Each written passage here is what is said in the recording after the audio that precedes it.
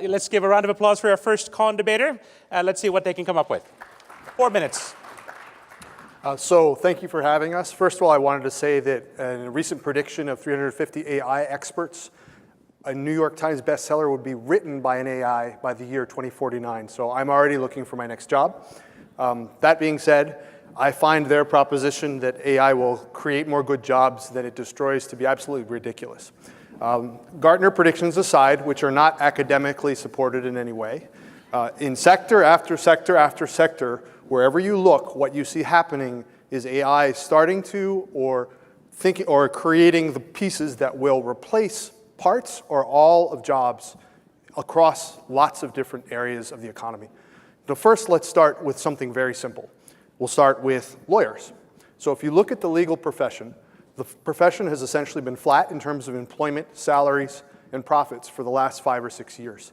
In fact, if you dig under the covers, what you'll see is AI is starting to replace a lot of things that junior lawyers used to do, meaning things like discovery, review of documents.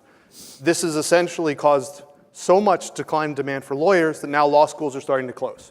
Now, you would think in a roaring economy, there'd be plenty of work for lawyers, but no. So AI didn't solve that problem. Let me give you another example. When I was on the airplane coming here, I sat next to a gentleman who maintains radio towers for large radio stations. He has now drones flying the towers and taking infrared pictures for looking for faults in the cables on the towers. What used to be hundreds of workers is now reduced to about 30 or 40. They only go up the towers when they need to find a fault. This is a good job that disappeared, or is starting to disappear, in piece or in whole. In sector, across the economy, you'll see this everywhere you look. Now, 2 minutes. Thank you. I'll even point to one more example, journalists. So, No. Obviously, if you look at the curve for employment in journalism, it's essentially straight down. 2 things happened there, both of them AI-driven. One, an unlimited supply of ads came online when online ads became common, and AI marketplaces allowed advertisers to substitute print and other things for these online ads.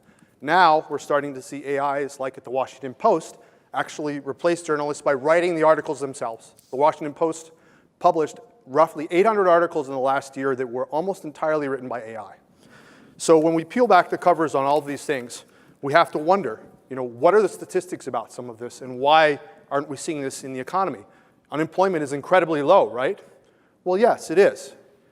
And labor force participation is also incredibly low. In fact, it's near historic lows. What that means is fewer and fewer people who have the ability to work are actually working. And the implications of this are that AI has essentially chased them out of the workforce. Outside of the US, the problem is even starker. In places like Bangladesh, for example, where roughly 82% of the country's exports are garment and textiles, now AI is starting to replace entire factories with automated machines to take care of this problem. So no matter where you look, no matter where you're thinking about, AI is actually replacing more good jobs than it creates. Now, over the long term, over 50, 100 years, maybe what the other side is saying is true. In the next 7 years, absolutely not. 30 seconds. 30 seconds. So I'll give a couple more examples of places that we could think about. Starbucks. There is actually a cafe in San Francisco which makes very good coffee.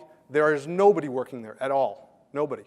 Starbucks employees may seem like they don't have great jobs, but they actually do. They have health insurance. They have free college education. It's a ladder up in the world. More and more of these jobs are also vulnerable, where people have things that we don't consider to be good jobs, but are actually fairly good jobs, and they're all going away in the next 7 to 10 years.